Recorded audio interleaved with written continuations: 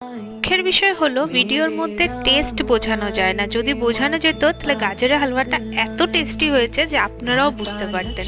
যদি রেসিপিটা আপনাদের পছন্দ হয় তাহলে প্লিজ লাইক করবেন, কমেন্ট করে জানাবেন কেমন লাগলো, আর চ্যানেলটা প্লিজ সাবস্ক্রাইব করে দেবেন, আর ভিডিওটা অবশ্যই অন্যদের সাথে শেয়ার করবেন।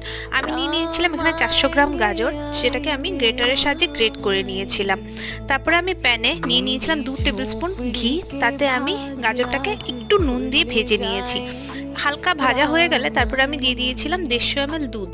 তারপরে আমি ঢাকা দিয়ে সেদ্ধ করে নিয়েছি। সেদ্ধ হয়ে গেলে তারপরে আমি দিয়ে দিয়েছিলাম 150 গ্রাম চিনি। তারপরে আমি আবার ঢাকা দিয়ে দিয়েছিলাম। তারপরে আমি দিয়ে দিয়েছিলাম 2 টেবিল স্পুন গুঁড়ো দুধ, আর দিয়েছিলাম 1 টেবিল স্পুন এলাচ গুঁড়ো।